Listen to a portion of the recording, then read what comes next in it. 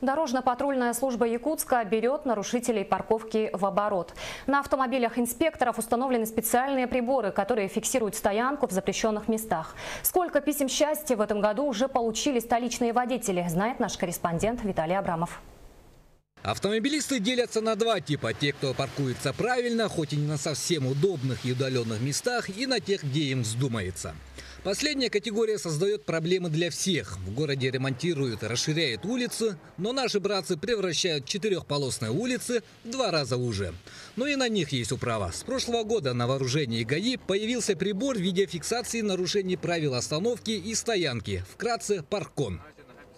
Одну правую полосу постоянно за ним машину оставляет, нарушая ПДД под знак.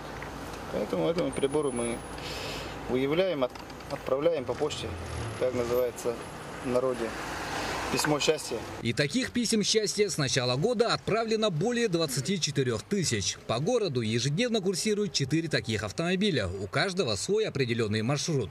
Аппарат фиксирует номера машин автоматически, сохраняя координаты и время правонарушения. С этого момента начинается отсчет времени. Маршруты круговые, то есть фотосессию машины нужно провести в 2 захода. На это уходит 5-10 минут. Если за это время автомобиль уехал, то письма не будет.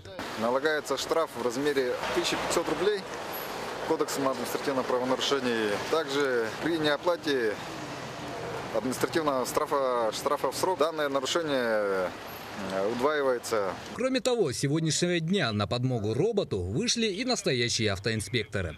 Будут работать до тех, пока наши автовладельцы, также владельцы транспортных средств не найдут своих альтернативных мест для остановки или стоянки своих транспортных средств. Но и это не панацея для освобождения наших улиц от брошенных автомобилей на проезжей части, так как в Якутске проблема парковочных мест существует уже давно. Надеемся, город продолжит не только тотально контролировать автомобилистов, но и по возможности создаст для них нормальные условия. Виталий Абрамов, НВК Саха, Якутск.